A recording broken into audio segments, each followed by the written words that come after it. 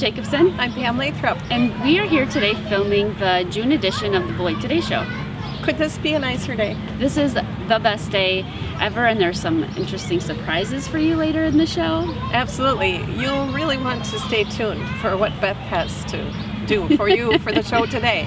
Anything for the citizens of Beloit. So I will be interviewing Sonia Baden with the Parks and Leisure Services, and she's going to talk about all of the wide variety of programming that they have for teens and young adults, and it should be pretty exciting. She's always fun.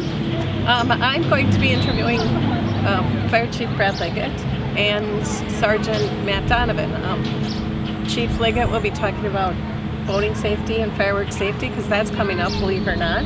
And Sergeant Donovan will be talking about the Neighborhood Watch program, so citizens can get involved in taking care of their neighborhoods. Yes, I'll also interview Nikki Meyer quickly about the plein air and the events that she has down here at the riverfront.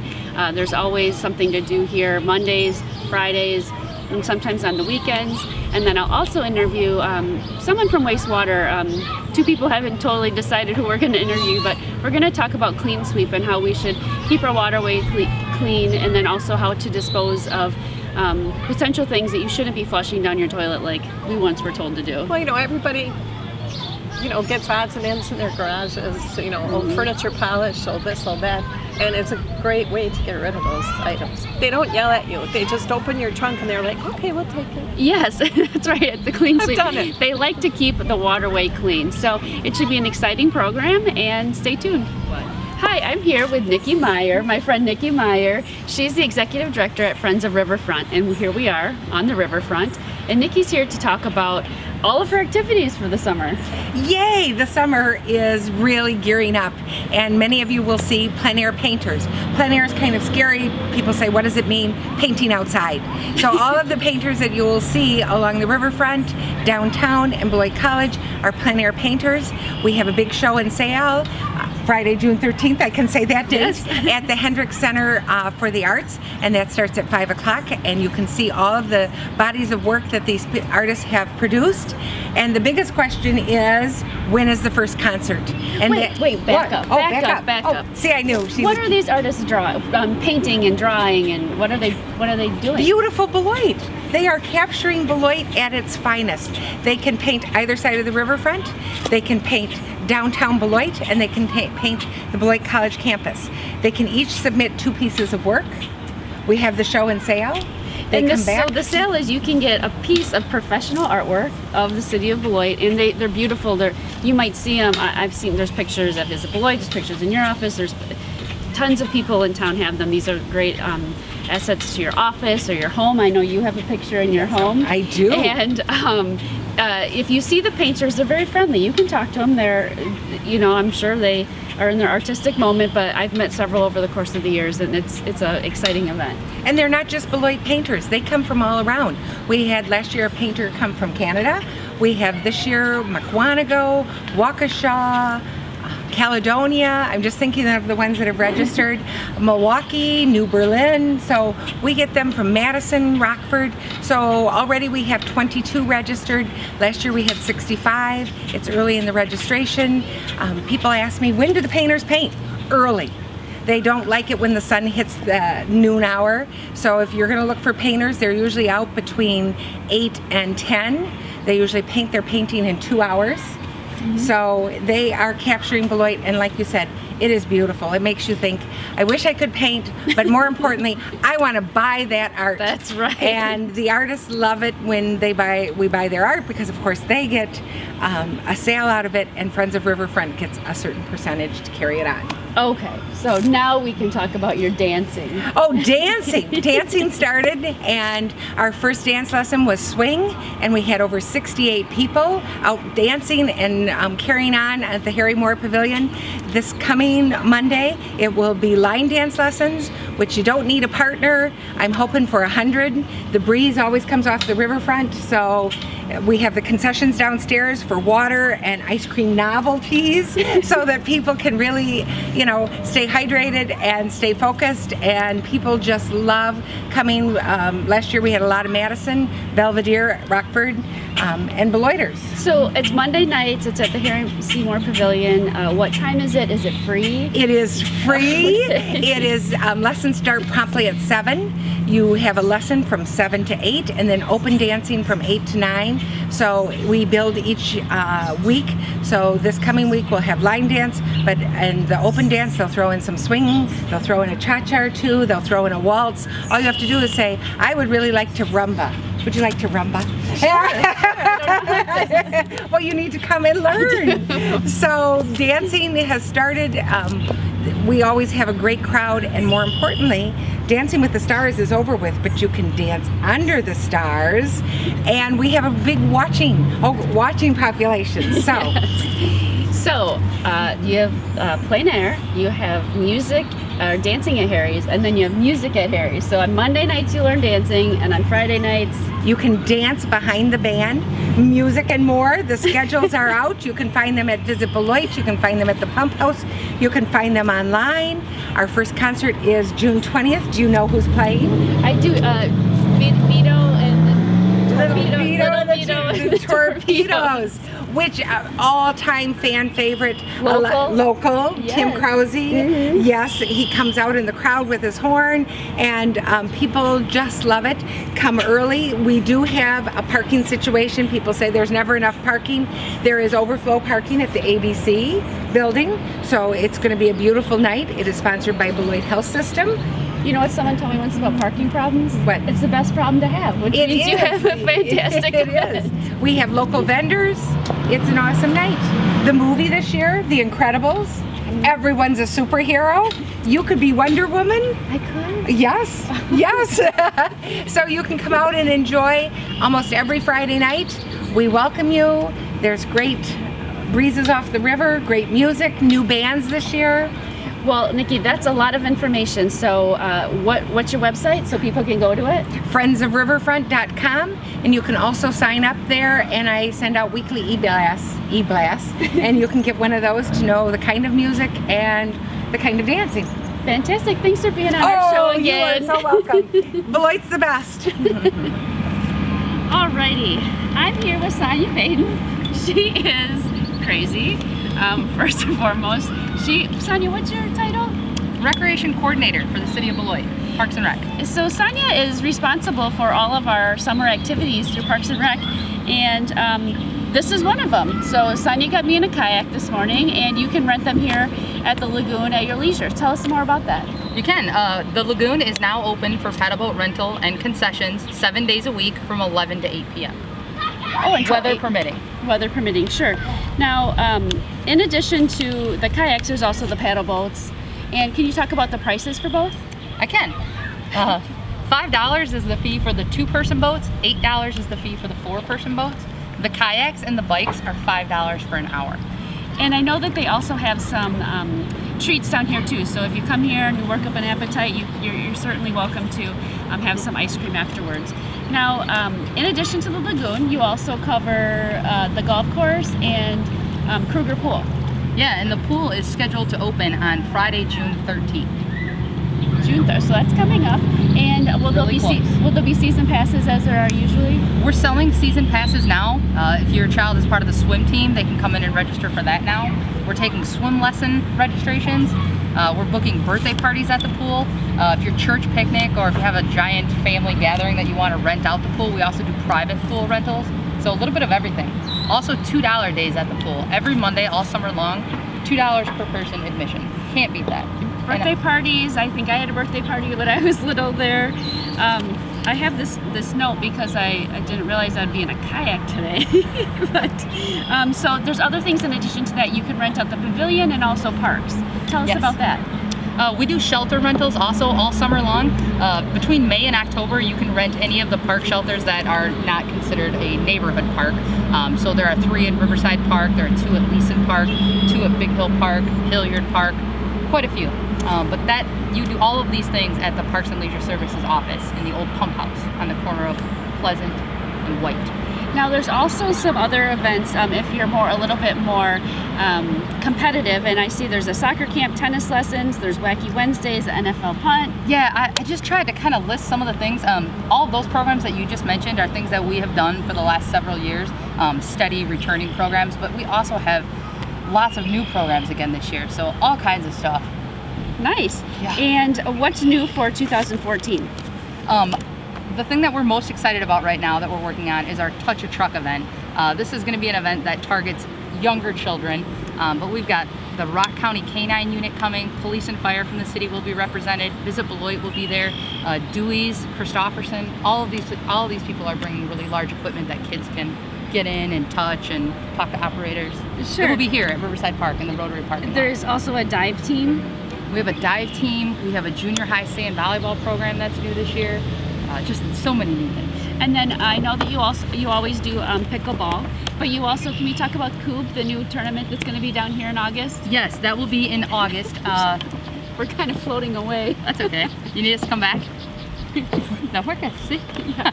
Coop is a pretty new game to Beloit, not so new to the Midwest. But we're really excited that Visit Beloit is working with the Parks and Leisure Services Division. We've purchased several of our own Coop sets now. It's kind of a fun yard game mixed with bags, mixed with yard chess, if you will. Yeah. Really looking forward to that. So watch for that throughout the summer a couple times too. Well, thank you, Sonia. This was probably my most fun interview ever. And since we seem to be drifting away, I think we should probably wrap it up. But for more information, check the website, and that is? We got 2 websites. You can use the City of Beloit site, which is beloitwi.gov, or you can also go to teamsideline.com/Beloit. And as always, you can call Sonia at 608-364-2890, and my extension is 3. Thank you, Sonia, so much. Thank you, guys. Obviously, I'm at Riverside Park, and I'm with Fire Chief Brad Liggett, who has been kind enough to join us today. Thank you so much. Brad's going to be talking to us about, can I say Brad? Chief is going to be talking to us about boating safety and fireworks safety, because really at this time of year, they can go hand in hand. Absolutely. This time of year, we're getting ready to come into the fireworks season, and we have boaters out on the water, and typically our 4th of July fireworks show is right along the river, so we have quite a few boaters out on the river during the fireworks show. Absolutely. We wanted to cover some things that would help our boaters be safe, and then also to really enjoy the fireworks show this year. These are, general reminders for safety, but maybe some things that people kind of forget about from winter season to summer season. Absolutely. So, first you're going to talk about some of the common contributing factors to crashes. Oh, absolutely. We have 4 contributing factors that affect boating safety, and all of these are preventable. That's the most important thing to understand, is that right decisions at the right time with the right equipment can make your boating experience very enjoyable. So speed is something that is a contributing factor. Alcohol, not paying attention to the water or to other boaters around you, and then also operator inexperience. Many times folks purchase a boat, they get out on the water, they don't have the experience of operating under emergency conditions or poor weather conditions or in high volume conditions of boaters on the water. And they make mistakes that contribute to those injuries and bad situations. Do we run boater safety classes here in Beloit? The Coast Guard Reserve runs boater safety classes, and the Wisconsin Department of Natural Resources runs boater safety classes.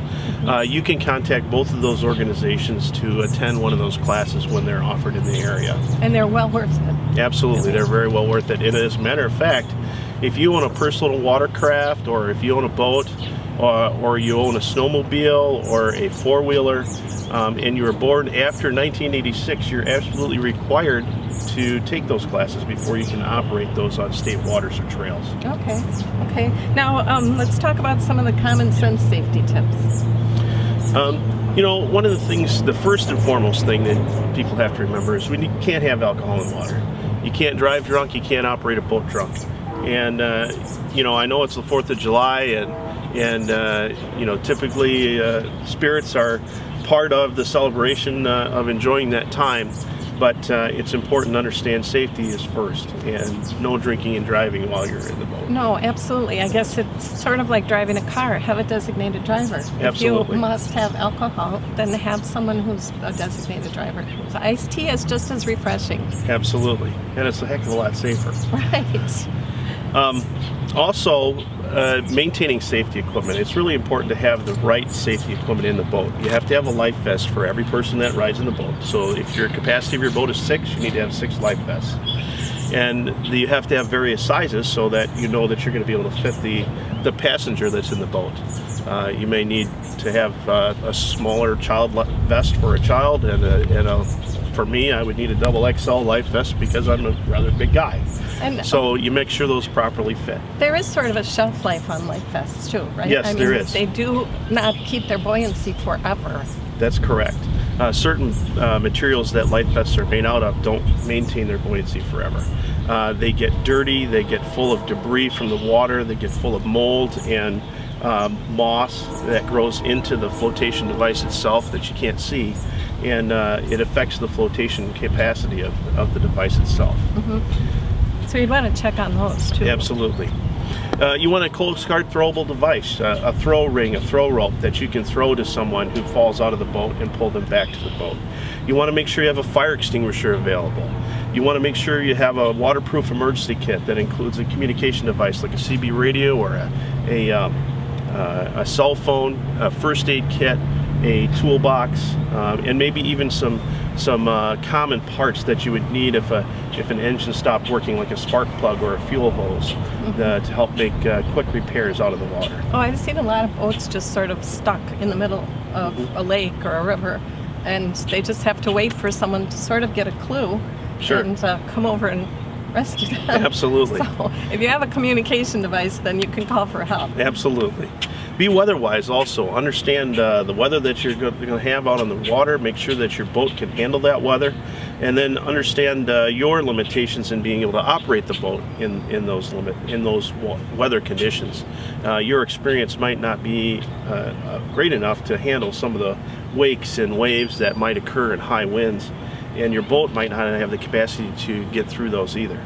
You have to have sufficient engine size and buoyancy and sidewalls that would keep the water from coming over the side, and then being able to move through some of those obstacles in bad weather. Mm-hmm. And nowadays, or today actually, it's quite a still day on the river. It's a beautiful day. I don't see any boats out, but we're talking about the 4th of July also, and safety. We know that it's going to get crowded on the 4th Yes, of July. it does. It does get crowded. We see quite a few boaters out on the river, and we see them hooking boats together, kind of make a party platform on. We see people moving across the boats. We see folks shooting fireworks off from boats, and we just want to remind folks that, hey, you've got volatile fuel on your boat. It's in an approved container, but there can be leakage, there can be fumes that could cause a fire when you're shooting off fireworks from a boat. Remember that everything on that boat is flammable. The carpets, the seating, the people, the clothing, the flotation devices, all those things can ignite and maintain combustion. So it's really important to be fire safe on the water. Remember, when you come to a fireworks show, the only thing that you can legally bring to a fireworks show is a sparkler. You can't bring fountains, you can't bring firecrackers, you can't bring bottle rockets, any of those things. All those are illegal to have at a fireworks show in Wisconsin. If it flies and makes noise, it's illegal. Yes, absolutely. If it goes up or blows up, it's illegal to have. Mm-hmm. It's also illegal to have those in the city of Beloit. We allow the sales of those to out-of-state residents and those that have permits to own and use those things, but we don't issue those permits in the city to shoot those off, except for show vendors like the folks that are putting on our 4th of July fireworks show.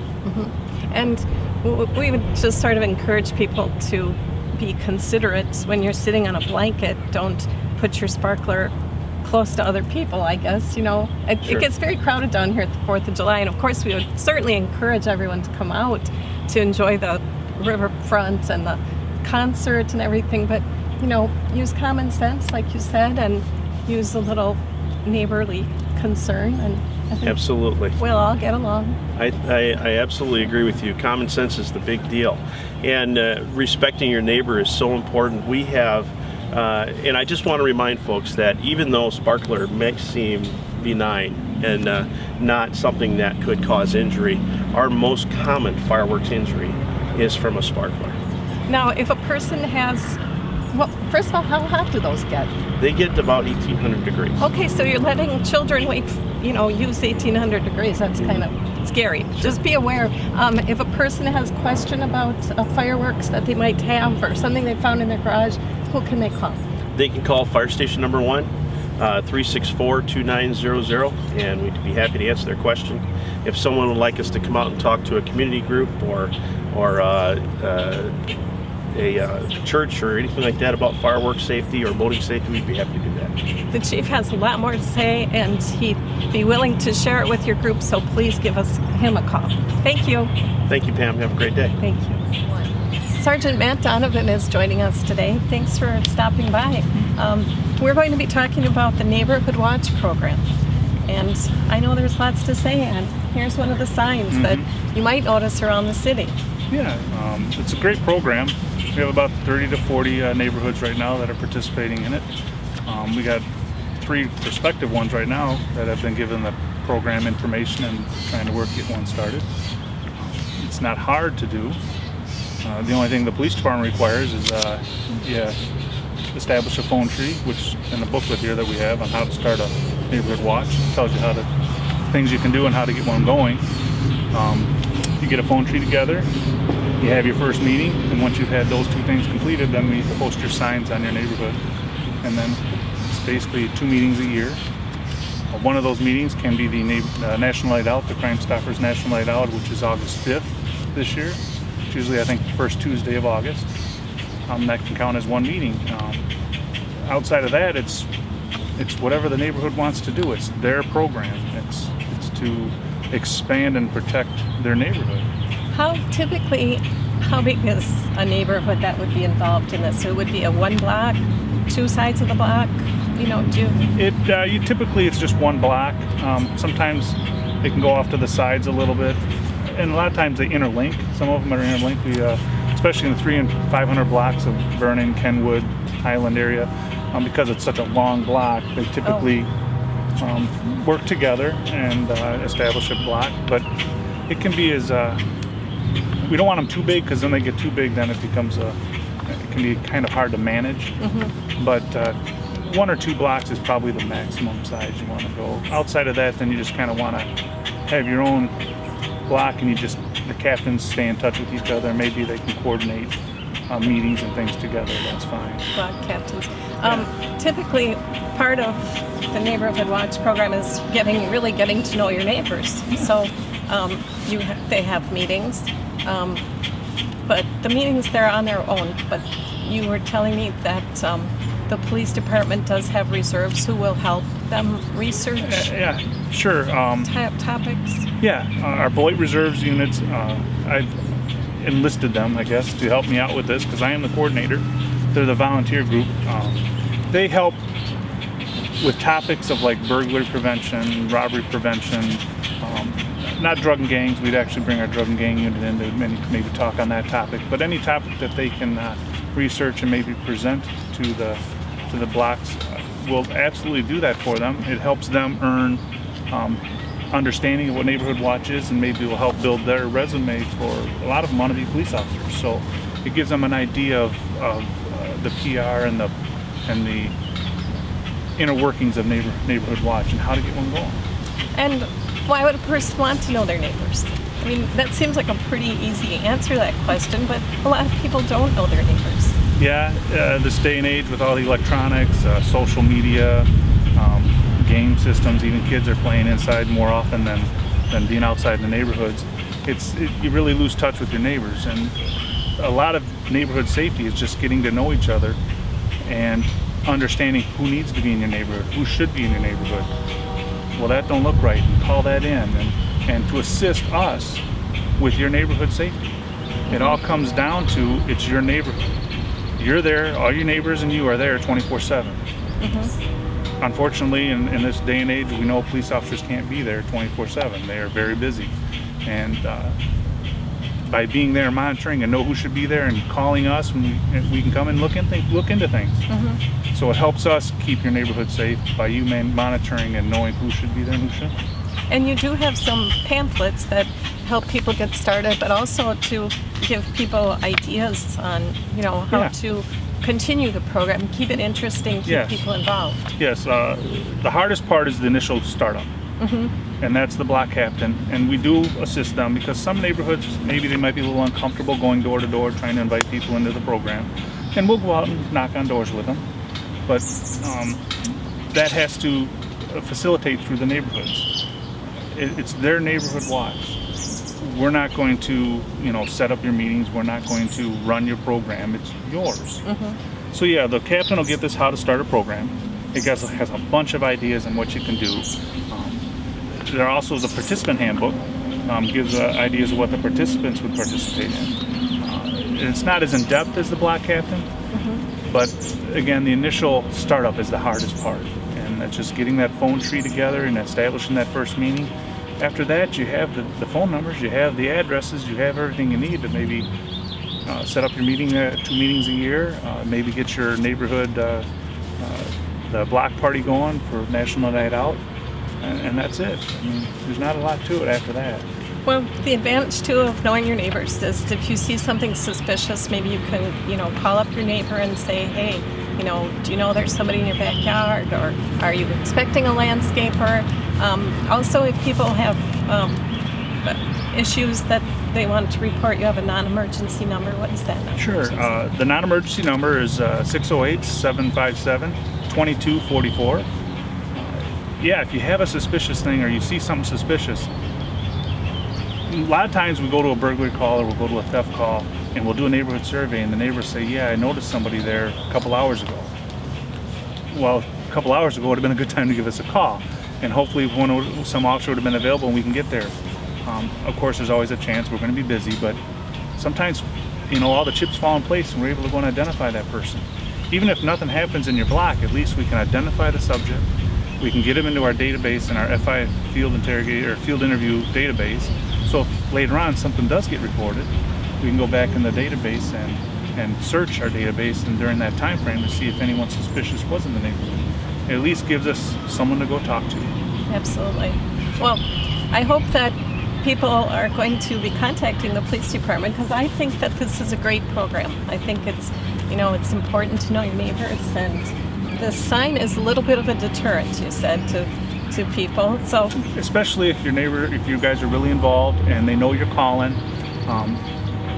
The other thing about the phone tree before we exit this is it's not just your eyes. When you make a phone call, hey, do you notice what I'm noticing?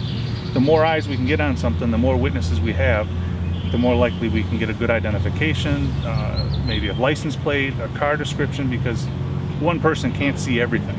right. The more people, the more eyes we have, the better chances are we have of solving any crime that may happen in your neighborhood. And that's what makes a community. Yeah, So absolutely. if someone would like to get involved, who should they call? They can call myself. My phone number is 364-5717. That's my desk phone. And they just leave a message, and I'll try to get back to them as soon as I can. Obviously, not on my days off, but I'll get back to them as soon as I can, and try to set up a meeting and then give them information on what they need to do. Awesome. So please get involved and take care of your neighbors. Thank you. Well, thank you. Hi, I'm here at Public Works with Richard Douglas. He is an environmental, what's your title? Environmental technician. Technician. I was going to say technologist.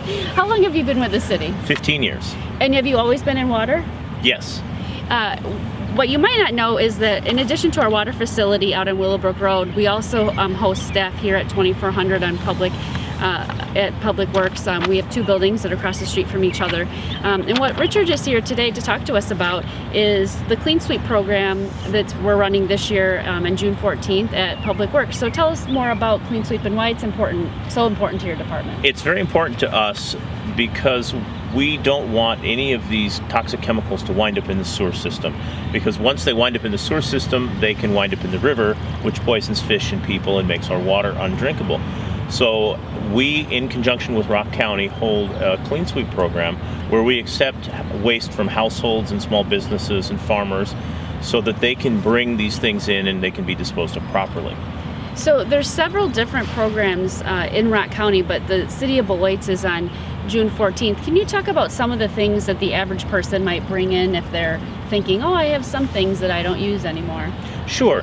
What this is intended primarily to take in are old pesticides, cleaning chemicals, thermometers, things that you wouldn't want sitting around the house that can cause a hazard if they're spilled or used improperly, and you don't have any use for anymore. Mm-hmm. Now, with this program, they do ask you to sign up in advance, correct? Could you talk about how someone would sign up? Sure.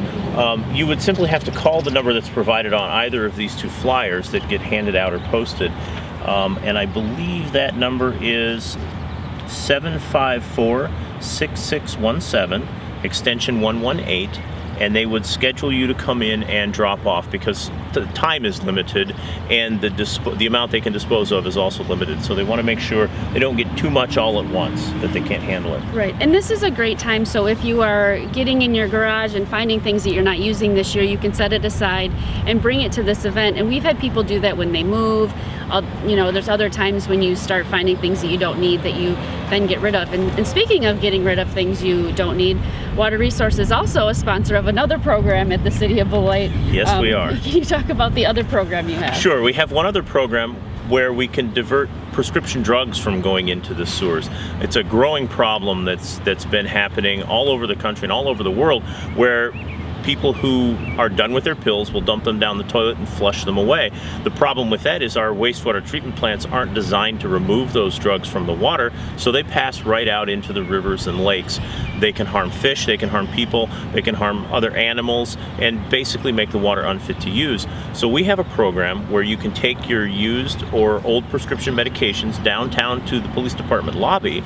You can drop them off in a box there that's completely anonymous. You walk in the door, it's an old mailbox painted up differently so that you can tell that it's not for mail, and we'll take those away and dispose of them properly for you. So the Water Resources, they're really looking out not just for themselves but for you. We don't want any of these things to get back into your water system, and we want to keep your rates as low as they can be. There's a lot of things that end up in our waterway that people just don't really think of. Right. And one of the big things that's up and coming now is mercury. It's something that fish actually will take into their system from the water, and as those fish get eaten by other bigger fish, those bigger fish do something called bioaccumulation, where the mercury stays in their bodies and gets more and more concentrated. Then you go and have a walleye sandwich for lunch and you wind up getting that mercury into your body, which is toxic. So we have a special program here at the city of Beloit to help remove mercury from the environment as well. We take back mercury thermometers and trade them in for digital electronic ones that don't have mercury.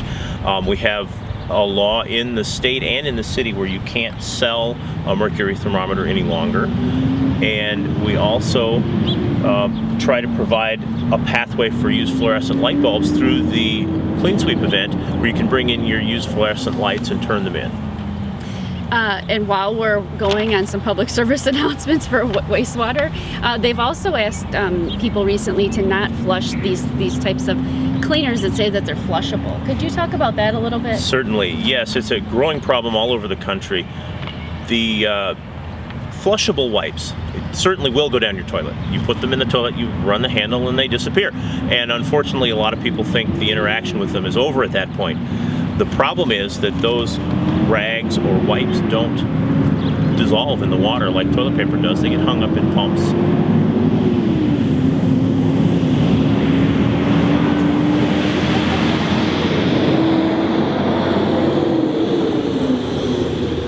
They get hung up in pumps, and then we have to pull those pumps up out of the holes where they usually pump water and take all those rags back out again, which costs quite a bit of money.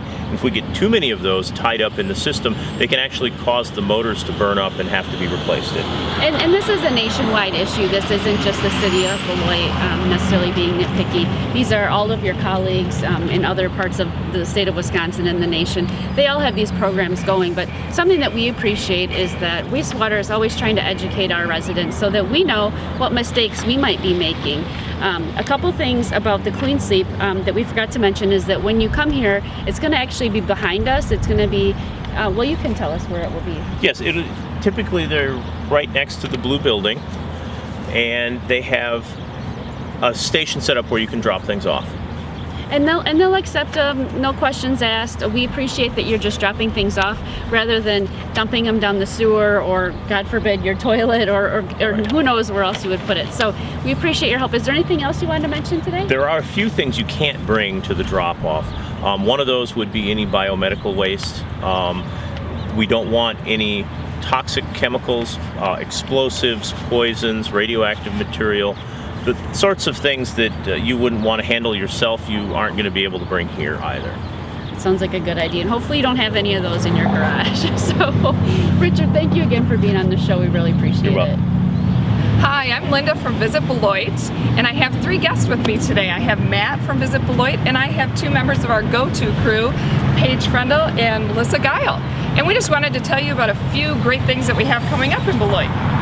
Matt, we have a really cool event coming up June 23rd, don't we, downtown? We do. On Monday, June 23rd, we're going to have the first Beloit Bike Classic presented by Beloit Health System and Visit Beloit. And it's going to last from 11:10 in the morning. There'll be the first race of the day, and there'll be 8 races lasting all the way until 7:30 that night. And there'll be amateurs all the way to Olympic level competition that day. Fantastic. So there's going to be racing all day. How are they going to work that with bike races downtown? It's going to be a criterium is what it's called. So it's a closed loop circuit that's less than a mile. Our course is actually going to be 0.75 miles. And it's going to be right down here, right where we're standing right now. It's going to be on Grand Avenue. Then it turns over on Pleasant. And then it turns onto Broad and comes right back here. And the finish line is just behind us here near the gantry. So it's going to be a good day. Great. So they're going to be closing down the streets and all the businesses will be open. So you can come down and you can have some dinner and lunch and just have a great time that day. I understand there's also going to be something for the kids. Yeah, in addition to coming down to the races, which is completely free to come down to the races, it doesn't cost anything to come watch. Right over here on State Street, in the same area where we have farmers market during the summer, there's also going to be a street fair for kids and adults come out. There'll be some vendors down there with some of their wares, and there'll also be lots of kids activities. There'll be face painting, balloon animals, games that Paige and Melissa will be down there working with on that day to have kids come out and play some free games and win some prizes. Fantastic. And we'll have the Mobile Welcome Center down there. We will have a prize wheel giving away all kinds of prizes that day. And so we're really looking forward to it. And Matt, I believe you still need some volunteers. We do. We're still looking for a few people to help us out around the course and make sure people can cross safely from outside the course into the middle of the course. So if you're interested in volunteering, give me a call or shoot me an email at 608-313-1366 or Matt, M-A-T-T, at visitbeloit.com. Fun. Great. Thank you. And we have Paige and Melissa, and they're part of our go-to crew. We have 5 go-to crew members that take the Mobile Welcome Center around to events all over Beloit, and we've started doing that now. And so we just wanted to talk a little bit about some of the events we have coming up. Paige, what have you enjoyed visiting? Well, I've really enjoyed meeting all the different type of people. There's tons of people that I never knew lived in Beloit, and it's great to just meet new faces and have them want to be more interested in Beloit and learn more about the different events we have during the summer. And how about you, Melissa? I think Beloit is a great spot for live music, and where we're standing Monday nights we have music and dancing. Friday afternoons and in the morning we have music right here where we're standing, and then Friday evenings we have music and more at the Harry Moore Pavilion on Riverside, where you can go out, bring your lawn chairs, and hear some great music. That's right. And what are you looking forward to, Paige? Well, we have Tasty Tuesdays coming up. June 17th is the first day, and it's at the Rock, and then our next one is at Culver's, and we get to support the businesses and bring the prize wheel, so there's going to be lots of fun prizes to win. So every Tuesday we have a restaurant that we're going to be partnering with, and we'll go to that restaurant from 11 till 1, and we will give away some free gift certificates and some coupons and just have a great time. So watch for us this summer. We're going to be out and about with the Go-To crew and with a lot of the Visit Beloit staff, and we're going to be at all kinds of events. So check out our Facebook page and our website at visitbeloit.com to find out all the great things that we're going to be involved in. Thank you.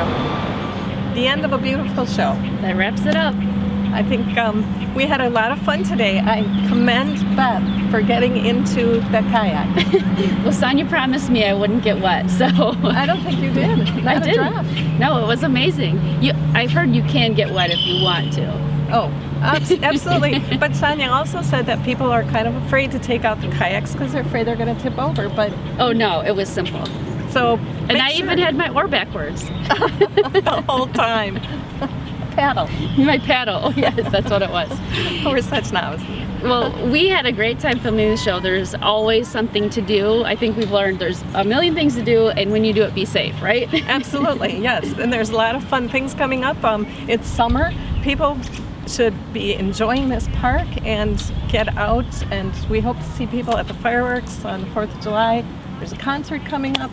I mean, there's something to do practically every night, right? Right, and right around the 4th of July is a good time to invite your neighbors over to your picnic, perhaps. Absolutely, since you'll be in that neighborhood watch group. That's right. So we always, we want to thank the staff at Beloit College for helping us film our show. And I think that wraps it up. Stay safe, have a great 4th of July, and we'll see you next month.